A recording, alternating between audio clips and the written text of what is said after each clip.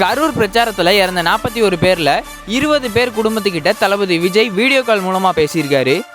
உங்களுக்கு எப்பவும் துணையாக நாங்கள் இருப்போம், கோர்ட்டில் அனுமதி கிடைச்ச உடனே உங்களை பார்க்குறதுக்காக நான் வரேன் அப்படின்னு சொல்லியிருக்காரு. நேற்று ஈவினிங் தான் ஃபோன் பண்ணி பேசினாரு, ஆறுதல் சொல்லியிருக்காருங்க சார். என்ன வார்த்தை பேசினாரு? எப்போவும் உங்களுக்கு நான் ஆறுதலாக இருப்பேன், எனக்கே அதான் நான் உங்களுக்கு ஆறுதல் சொல்கிறேன், கோர்ட்டில் கேஸ்லாம் முடிவிட்டு நான் வரேன் அப்படின்னு சொல்லியிருக்காருங்க சார்.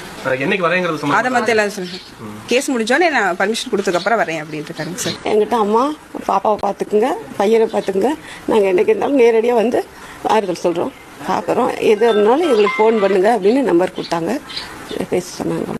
விஜய் சார் வந்து உங்கள் தம்பியாட்ட நினச்சிக்கோங்க, என் மேலே தப்பு தான், மன்னிச்சுக்கோங்க, வர முடியாத சூழ்நிலையில் நான் போயிட்டேன், கோர்ட்டு ஆர்டர் தீர்ப்பு வந்தோடனே நான் வந்து உங்களை சந்திக்கிறேன், எங்கள் ரொம்ப ரொம்ப மன்னிச்சுக்கோங்க, உங்கள் இழப்பை தாங்க முடியாத இழப்பு, நீங்கள் எப்படி இருக்கிறீங்கன்னு தெரியலை, ரொம்ப ரொம்ப மன்னிச்சுக்கோங்க, உங்கள் தாழ்ந்த மனைவியோடு கேட்டுக்கொள்கிறேன்னு கேட்டுக்கிட்டு வச்சுக்கிட்டார்.